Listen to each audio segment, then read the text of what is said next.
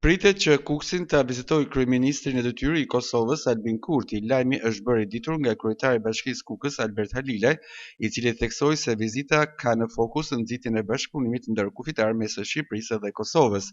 Si shembull të këtij bashkëpunimi, Halilaj përmendi investimin realizuar në segmentin rrugor Zapot-Kërstec. Mund të vijë në Kukës edhe kryeministri i Kosovës Albin Kurti, kam pasur një telefonat me ta, për të nxitur bashkëpunimet ndërkufitare, sepse ato janë shumë të interesuar dhe një shembull i shumë i mirë që është në funksion tani, është pjesën e Zapotit, Kërstec-Zapot, një rrugë shumë e mirë, një parametra bashkëkohore, e cila zhvillon ekonominë lokale, se ne e dim shumë mirë që pjesa e asaj zone mbledhin bim medicinale, i tregtojnë, mbulojnë shpenzimet vjetore të familjes dhe janë shumë interesuar që të lë diçka në Kukës.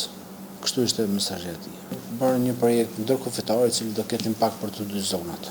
Kryebashkiaku Halilaj shtoi mëtej se Bashkia e Kukës ka aplikuar në disa programe të projekteve ndërkufitare, ndërsa bëri të ditur se 2 projekte të reja do të nisin zbatimin gjatë vitit të ardhshëm. Projekte ndërkufitare që ka aplikuar Bashkia e Kukësit ka të bëjë me pastrimin, me bazenet e ujore dhe e dyta me shëndrimin total të obeliskut kosovarëve, i cili është me të vërtetë në gjendje skandaloze në lidhje me lagështirën, në lidhje me funksionimin normal të atij objekti. Janë bërë gjithë procedurën nga ajo dhe besoj që do financohet. Vizita e kryeministrit në detyrë të Kosovës Albin Kurti në Kukës pritet të realizohet pas zgjedhjeve të parakohshme parlamentare që do të mbahen në Kosovë.